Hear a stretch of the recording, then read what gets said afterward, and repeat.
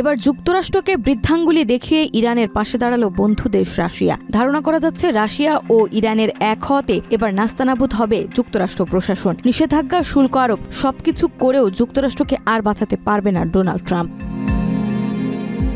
ইরানের বিরুদ্ধে যুক্তরাষ্ট্রের সামরিক হামলার হুমকিকে অগ্রহণযোগ্য বলে মন্তব্য করেছেন রাশিয়া। একই সঙ্গে মস্কো সতর্ক করেছেন, ইসলামী প্রজাতন্ত্র ইরানের পারমাণবিক স্থাপনাগুলোতে বোমা ফেললে তা ভয়াবহ বিপর্যয়ের দিকে ধাবিত হতে পারে। 4 এপ্রিল রাশিয়ার পররাষ্ট্র মন্ত্রণালয়ের মুখপাত্র মারিয়া জাকারোভা এক সংবাদ সম্মেলনে এই হুঁশিয়ারি দেন। সম্প্রতি মার্কিন প্রেসিডেন্ট ডোনাল্ড ট্রাম্প হুঁশিয়ারি দিয়েছেন যে ইরান ওয়াশিংটনের সঙ্গে পারমাণবিক কর্মসূচি নিয়ে কোনো চুক্তিতে না পৌঁছালে ইরানের সামরিক হামলা চালানো হবে। এরপরই ওই অঞ্চলে অতিরিক্ত যুদ্ধবিমান মোতায়েন করেছে যুক্তরাষ্ট্র। এই পরিস্থিতিতে রাশিয়া জানিয়েছে তারা ইরানের পারমাণবিক কর্মসূচির কূটনৈতিক সমাধানে প্রতিশ্রুতিবদ্ধ এবং তেহরানের শান্তিপূর্ণ পারমাণবিক শক্তির অধিকারের প্রতি শ্রদ্ধাশীল।